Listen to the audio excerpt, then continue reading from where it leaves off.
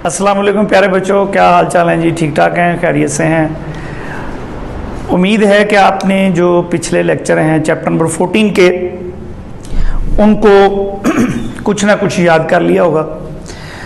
अब आज हमारा जो आर्टिकल है वो है torque acting on a current carrying coil placed in a uniform magnetic field. कि एक करंट कैरिंग कॉइल है, उसको हमने मैग्नेटिक फील्ड के अंदर रखना है और मैग्नेटिक फील्ड क्या करेगा, उस कॉइल को घुमाएगा। तो अब हमने देखना है कि वो कैसे घुमाएगा। पहला केस देखें जरा, केस नंबर 1। केस नंबर 1 में जो कॉइल है, इस कॉइल की जो प्लेन है वो मैग्नेटिक फील्ड के पैरेलल है। मसलन फर्ज करें हमारे पास ये कॉइल है और इधर मैग्नेटिक फील्ड है, तो प्लेन ऑफ द कॉइल ये प्लेन है। In this case, in the first case, plane of the coil is parallel to the field. Plane of the coil is parallel to the field. तो case number 1 में अगर हम देखें, in case number 1 के when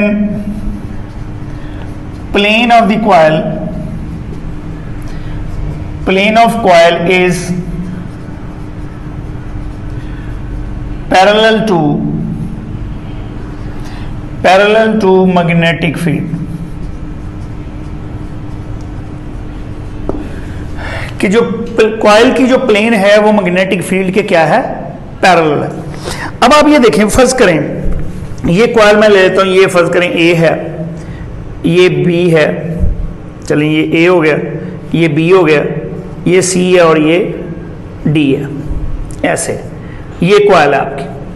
अब इसमें current ऐसे गुजर रही है, ऐसे, यानी यहां करंट ऐसे ए से बी की तरफ, बी से डी की तरफ, डी से सी की तरफ, सी से ए की तरफ। समझ आ गई बात?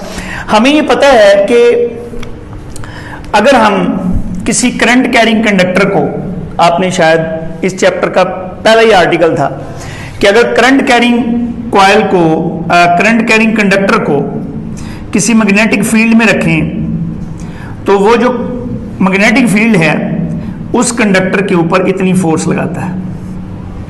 That force acting on a current carrying conductor placed in a uniform magnetic field is equal to I into L cross B, is equal to I into L cross B. I जो है वो current है, L जो है vector है, इसकी direction किधर होगी, जिस डायरेक्शन में करंट होगी, और ये बी है मैग्नेटिक फील्ड है। अब ये देखो, यहां पर ये जो हमारा ए है, यहां करंट इस डायरेक्शन में है, इस हिस्से को, एक लूप को हम कंसिडर कर लेते हैं फॉर वन लूप। ठीक है, इस कॉइल का एक लूप हम ले रहे हैं। When this coil is placed parallel, when the plane of the coil is parallel to the magnetic field. अब देखो, जब करंट ए से बी की तरफ जाएगा, अंगूठा उधर कर लो ऐसे, मैग्नेटिक फील्ड इधर है, तो इसका मतलब है बाय राइट हैंड रूल अगर अंगूठा करंट की डायरेक्शन को इंतजार करे, उंगलियां फील्ड की डायरेक्शन को इंतजार करें, then the palm of the hand will show the direction of force acting on the current carrying conductor. अब इस, ये जो हमारे पास कंडक्टर है, ये एक लूप हमने कंसिडर किया है। इस ए बी की लेंथ जो है वो कितनी है, एल है, और इस बी डी यानी इसकी चौड़ाई कितनी है, फर्ज कर लें डब्ल्यू है। ठीक होगी बात? अब ये देखो, यहां से ए बी करंट किधर जा रही है, नीचे से ऊपर की तरफ, फील्ड इधर है, तो फोर्स किधर लग गई, अंदर की तरफ। बात समझ में आ गई? इसका मतलब है यहां पर जो फोर्स है वो लग गई जी, इधर में ये ले, यहां ये क्रॉस लगा देते हैं, इसका मतलब है फोर्स किधर लगी, इनटू द प्लेन।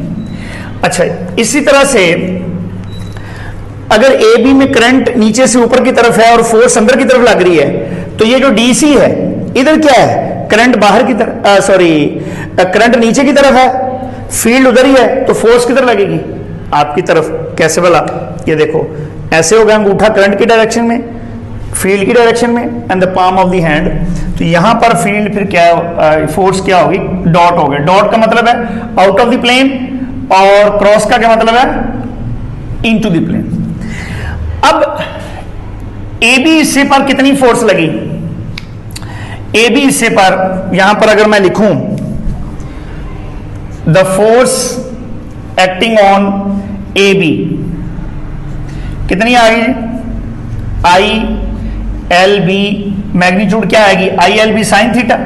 तो यहां पे जो कंडक्टर है, ये कंडक्टर है मैग्नेटिक फील्ड के परपेंडिकुलर पड़ा हुआ है, तो हम sine 90 degree which is equal to I L B.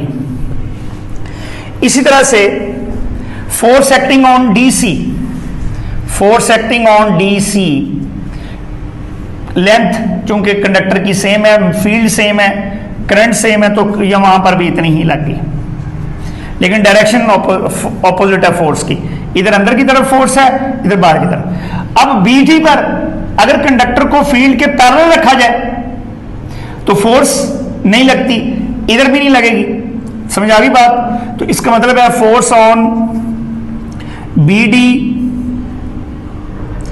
The force on B D is equal to force on A C, that is equal to 0।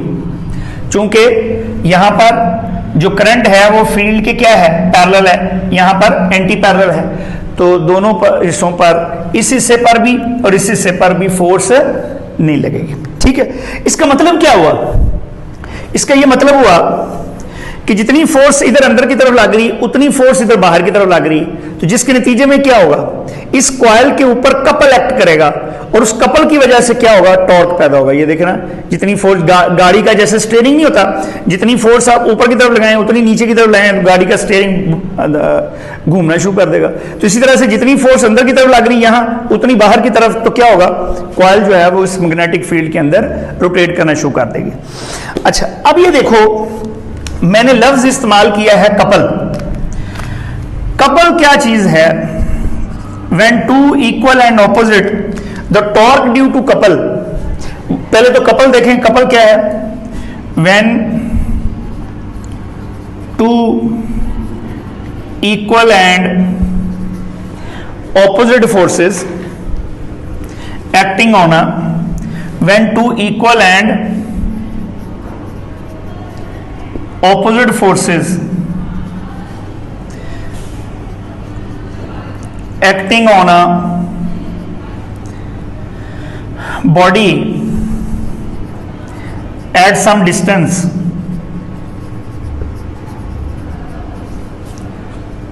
these two forces will form a when two equal and opposite forces acting on a body at some distance will form a couple, will form a couple, and torque due to couple, torque due to couple, couple की वजह से जो torque होता है वो किसके बराबर होता है,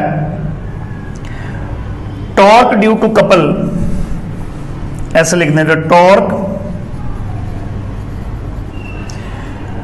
due to couple that is equal to magnitude of one of the force, दो फोर्स लगती हैं, एक फोर्स की magnitude multiplied by the perpendicular distance between the forces,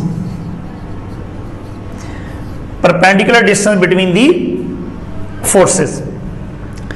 अब एक फोर्स की मैग्नीट्यूड क्या बनी बताओ, टॉर्क ड्यू टू कपल क्या आ गया, टॉर्क। एक फोर्स की मैग्नीट्यूड क्या आई, आई एल बी। ठीक हो गई बात। और इन दोनों फोर्सेस के दरमियान जो, अगर ये फर्ज करें यहां एक फोर्स लग रही है अंदर की तरफ, ठीक है, यहां लग रही है, फर्ज करें अंदर की तरफ, इधर क्या लग रही है, बाहर की तरफ, तो इन दोनों फोर्सेस के दरमियान परपेंडिकुलर डिस्टेंस कितना है, जितने इस कॉइल की चौड़ाई है, तो वो आ गया जी W। अब लंबाई को, लेंथ को विड्थ से मल्टीप्लाई करें तो क्या बनेगा, area of the plane of the coil. तो लेंथ इनटू विड्थ क्या बन गया, एरिया। तो ये क्या बन गया जी,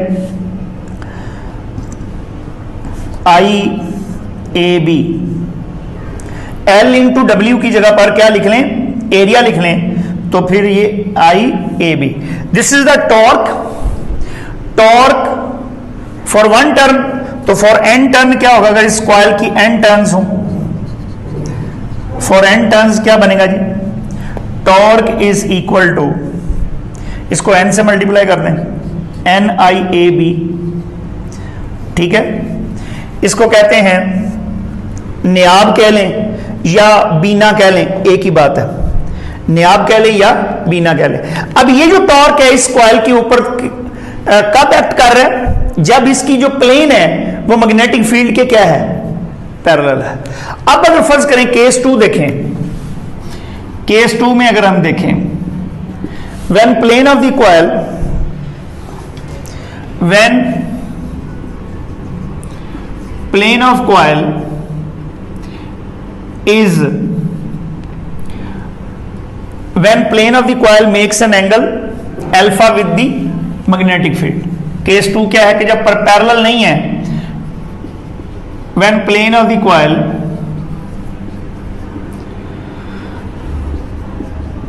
makes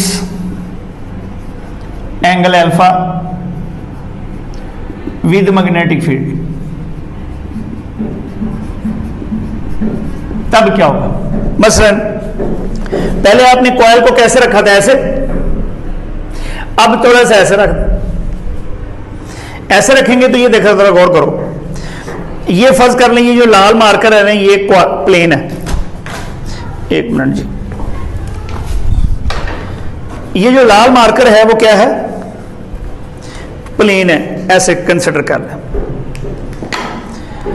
और ये ऐसे, और ये जो काला है ये मैग्नेटिक फील्ड है। अभी दोनों आपस में क्या है, पैरेलल है। अब ये देखो, अगर कॉइल ऐसे हो जाए तो ये देखो प्लेन ऑफ द कॉइल जो है वो मैग्नेटिक फील्ड के दरमियान एंगल बना रही है ना, अगर ऐसे हो जाए तो एंगल कितना बन गया, 90। अब ऐसे प्लेन जो है वो क्या है, पैरेलल, लेकिन अगर ऐसे हो, it makes an angle alpha with the magnetic field, तब क्या होगा, तब ये होगा भाई, ये इस तरह से कॉइल को दिखाया है। इसका ये टॉप व्यू जरा दिखाया हुआ है, ये देखो जरा, ये BD, इसमें देखो अगर कॉइल आप ऐसे कर दें, जरा गौर करें, अगर यहां पर मैग्नेटिक फोर्स अंदर की तरफ है, यहां पर मैग्नेटिक फोर्स जो है वो बाहर की तरफ है, ऐसे देखें, ये समझ आई बात, ये अंदर की तरफ मैग्नेटिक फोर्स, बाहर की तरफ। अब अगर फर्ज करें कॉइल ऐसे कर दें हम, इसके एंगल के साथ, मैग्नेटिक फील्ड के साथ इसका एंगल तो नहीं ना बदला, इसलिए मैग्नेटिक फोर्स की डायरेक्शन वही रहेगी। मैग्नेटिक फोर्स, दोबारा समझें जरा, देखो ना ये वाला, ये इसका मैग्नेटिक फील्ड के साथ एंगल, अगर ये ऐसे हो जाए तो अभी भी इस ये जो ये तो ऐसे है, ये ऐसे नहीं ना हो गया, इसका मतलब है इस लेंथ का या आप समझें ऐसे है, फर्ज करें, ठीक है, ये ऐसे फर्ज करें, ऐसे है। अब देखो ये तो उसके साथ परपेंडिकुलर ही है ना, मैं अगर ऐसे भी इसे रोटेट कर लेता हूं, ये टॉप है कॉइल का, ये उसकी लंबाई है, ये चौड़ाई है, ठीक है, और ये उसका एंगल है, फर्ज करें। अभी प्लेन जो है वो मैग्नेटिक फील्ड के पैरेलल। अब देखो, अब मुझे बताओ, ये इसके साथ इस मार्कर का एंगल नहीं ना बदला, तो इसलिए फोर्स जो है, अभी भी यहां फोर्स अंदर की तरफ और यहां फोर्स बाहर की तरफ होगी, यानी ऐसे है, यहां अंदर की तरफ फोर्स और यहां बाहर की तरफ। लेकिन इसका अगर हम टॉप व्यू देखें तो ये जो BD है, इस BD का मैग्नेटिक फील्ड के साथ एंगल कितना बन गया, ये मैग्नेटिक फील्ड हो गया, मैग्नेटिक फील्ड के साथ एंगल कितना बन गया जी, अल्फा।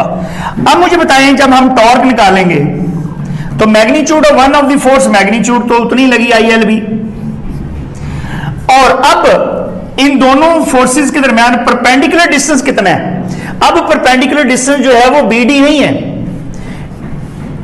ये BD अगर W है तो अब ये परपेंडिकुलर डिस्टेंस नहीं है, अब यहां से यहां तक परपेंडिकुलर डिस्टेंस है। तो फिर हम इसको रेक्टेंगुलर कंपोनेंट्स में डिवाइड कर लेते हैं, तो थीटा के साथ वाला, ये अल्फा के साथ वाला, ये W का कौन सा कंपोनेंट बनेगा, W cos अल्फा, और ये सामने वाला W sin अल्फा, तो हमें ये वाला चाहिए। अब इन दोनों फोर्सेस के दरमियान परपेंडिकुलर डिस्टेंस क्या बन गया, W cos अल्फा।